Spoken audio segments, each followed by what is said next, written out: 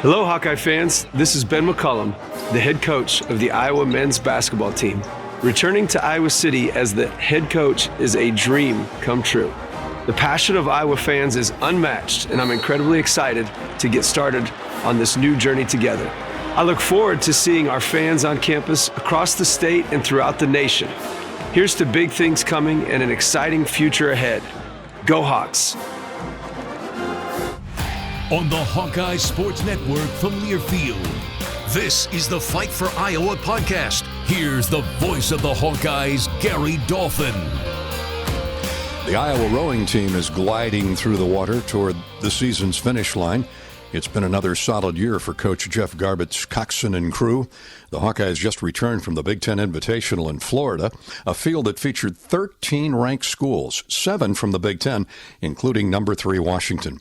Iowa features 25 native daughters on the roster, but with a definite international flavor. The Hawkeyes will host Drake Saturday on the Iowa River before heading to the Big Ten Championships in Indianapolis the middle of May.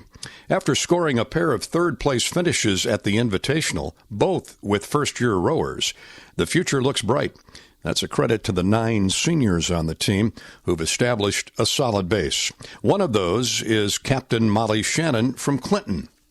We've been liking to say that race was more competitive than the NCAA championships, just with how the seeding works, and just for that to be with all the new schools in the Big Ten and all of the East Coast schools. It's just so exciting to see just how talented the Big Ten is, but much less with our group specifically, with our young Hawks really building up. And it's fun to see them be right in the place that I was in at one point, with just a walk on from small town Iowa, and then trying to make it your thing. And they're doing a spectacular job with it. So I'm super impressed and super proud to be a part of it.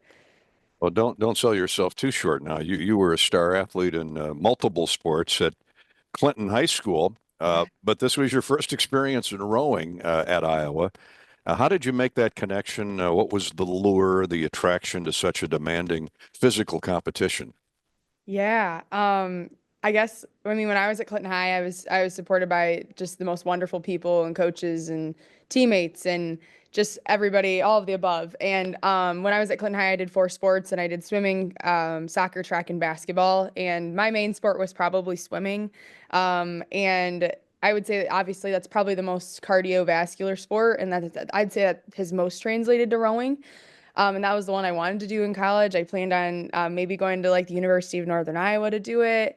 And then I got that random email that so many of us have received from the University of Iowa women's rowing team, and it's like you too could be a D1 athlete. And I was like, oh, there's just no way. I mean, I was just like really, I was good at, I excelled in these sports in high school, but I wasn't by any means D1 material in any of them, I didn't think. But I really took to it when I came on campus and found a home away from home for sure. And Hawkeyes in my blood. So it's been really special to be a Hawkeye these past 4 years. Rowing, although it's new to Iowa, there isn't a whole lot of rowing up and down the Mississippi or the Missouri. I say that in jest, but rowing was born hundreds of years ago in England or overseas. Yes. It's an international sport, very popular in the Olympics. The Hawkeye roster has a definite English flavor to it. Yes, it does. What a great experience to not only make new friends from other states, but from other countries in your collegiate career. Oh, yes. It's been such a cool experience to really just be a part of that with all these young women from across the globe. One of my very best friends being from New Zealand, from Auckland. She's a spectacular rower, and I've learned so much from her, Orla Cuff. And I just can't believe our time together is about to end in rowing wise. Obviously, our friendship will go on for the rest of our lives. But yes, there are so many student athletes from across the globe. And they really, we sprinkle that in with our 85% of our roster being homegrown Hawkeyes, another from the Midwest, the state of Iowa, a few from other parts of the U.S., but they really are our leaders in our team within that realm for sure. Molly Shannon with us here on the Fight for Iowa podcast. Rowing is such a team sport. 8 women literally pulling in the same direction. The skills of motion and timing and dexterity. They all fit together, don't they? Yeah, they really do.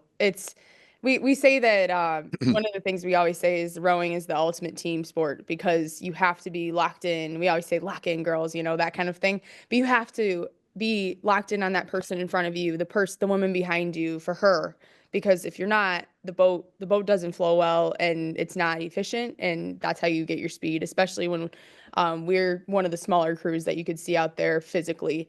And so our technique is something that we really value at Iowa. Directly ahead, the Hawkeye rowers host Drake this Saturday, May 3rd, on the Iowa River. Before you head to Indianapolis and the Big Ten Championships coming up May 17th and 18th. Now, I know you play in front of large crowds as a musician. Get a little plug in for Molly Shannon there. I know you'd love to have a big audience lining Dubuque Street this weekend. Tell us about that meet, what you look for in the Big Ten in a couple weeks. Yeah, so we're still a little bit to be determined with our Drake race, just with our conditions on our water. But if it does happen, it will be on the Iowa River in downtown Iowa City. So it's super fun where we get to practice every day, get to show us off one more time. And then following that race, we're going to do a little bit of a senior recognition day, is my understanding. Sounds like a bit of a surprise, so I'm not sure. Normally I'm in on these things, but being the one one of the people getting recognized, I guess I don't have a lot of info on that. But in the next few weeks following the race this weekend, we're gonna do a race for the Big Ten Championship. It's going to be a field of really competitive rowers, and people from across the globe are going to be watching this, and it's going to be our chance to punch our ticket to the NCAA Championship. So I'm really looking forward to it, and it's gonna be one to watch. In conclusion, Molly, I got to get a word in here about your head coach, Jeff Garbutt. Yeah. He's a character. He is a character. Yeah, but he's a demanding coach who loves the sport of rowing. He grew up with it in a coaching family out east in Jersey. Mm-hmm. But from a competitor, from a teammate's perspective, what is it about Coach Garbutt that you appreciate more than anything? Oh, the list is endless. But something that I will never forget about Coach Garbutt in my time here is just how he cares about us as people before us as athletes. I think that's the number one thing, and I think that's often what gets lost in college athletics.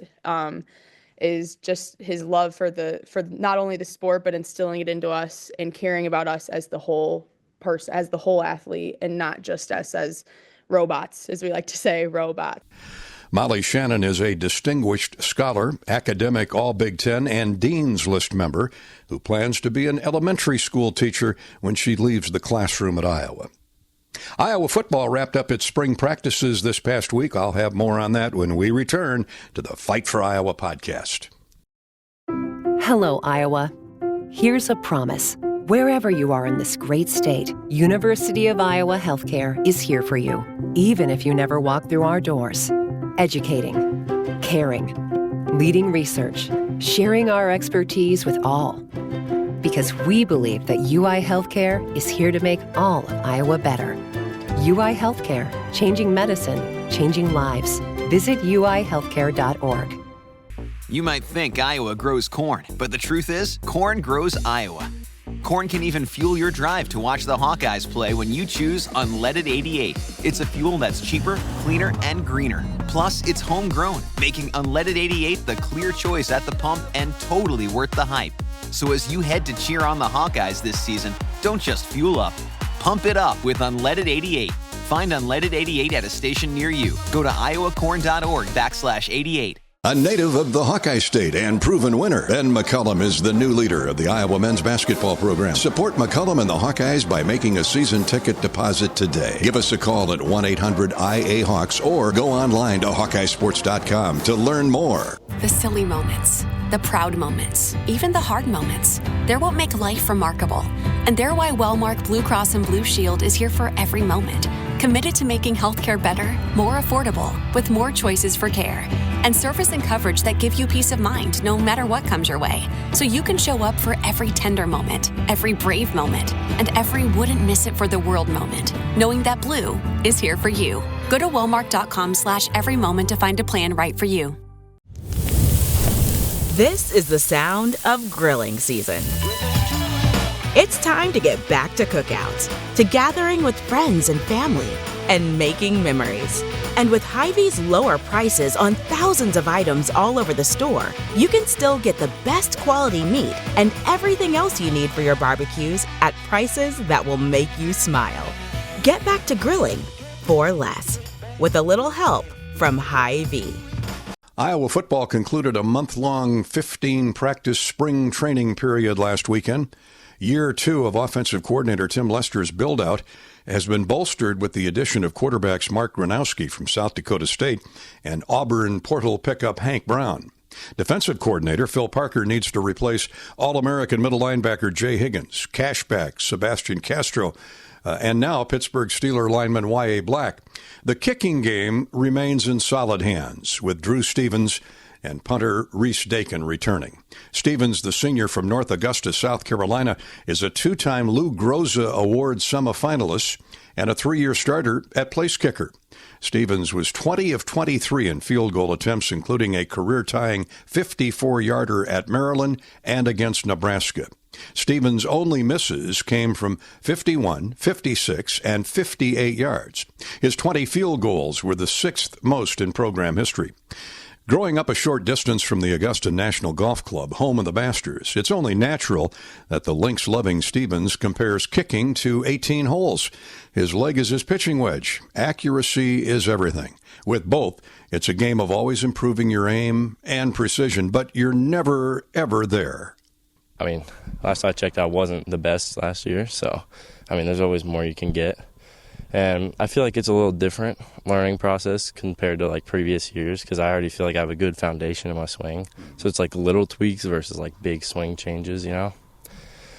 But, yeah, that's pretty much, like, the basis of, like, what I'm thinking. It's so much a mental approach, too, with kickers, and I'm guessing with you, you've been around long enough. Hopefully those uprights continue to widen for you. Yeah. I mean, yeah, they do get narrower, especially when you, like, when I go home, I practice on high school ones, and they're wider than college. But, I mean, I don't know. It's all perspective, you know. Plus, it's like a golf shot. Like, if I'm playing a draw, I feel a lot more comfortable, like, aiming, you know. You like Justin Thomas, huh? It's kind of your guy. Yeah, I just like guys that bring fire to the game, like that younger guy aspect. Like, I mean, I like Phil. Like he's an older guy, but I like the way he plays the game and like the fire he has, the creative shots. But I mean, I'd say Justin Thomas, DeChambeau. I even like Rory because I feel like he's got that fire in him, like that like if you don't like me, I don't care kind of aspect to him. Now, that surprises me a little bit because, you know, when I watch you and I watch kickers all my life, they're usually quiet, focused, all business. So I thought maybe Scotty might be at the top of your list. I'm guessing he's burning inside the way he plays. Yeah. I mean, it's the outside perspective a lot of the times isn't what, like, they're animated. Yeah, like thinking because they don't really want you to know what they're thinking because they want to give you, like, confidence that they're going to do good, you know. I like to refer to golf, you know. We were just talking about the Masters and, like, taking different parts out of your swing is, like, good because you only have so many things to worry about. Mm-hmm. And right now I'm working on getting my shoulders to just stay still, like, so even on impact or contact. So, like, when I run at the ball, a lot of times kickers' shoulders are, like, be turning. And if you can just get those to stay still, that's just one less thing you have to keep consistent when you're swinging. So that's, like, probably my main focus. And then, of course, like my leg extension, just throwing my leg to my target, that can always get better. Drew Stevens' 54 career field goals trail only Nate Kading's 67 and Mike Myers' 61. He was a perfect 40 of 40 in point-after touchdowns last fall, and for his career, he's 83 of 84. Stevens and the Hawkeyes open the year in Kinnick August 30th with Albany of New York. That's this week's Fight for Iowa podcast. Thanks for listening. You've been listening to the Fight for Iowa podcast. Hawkeye fans, remember to hit the subscribe button on your favorite podcast app. Once you become a Fight for Iowa podcast subscriber, you'll automatically receive the latest episodes of the Fight for Iowa podcast, the Hawkeyes Voice podcast, Hawk Talk replays, exclusive game day content, and more. Until next time, on Iowa, and go Hawks! The preceding has been a Learfield presentation on the Hawkeye Sports Network.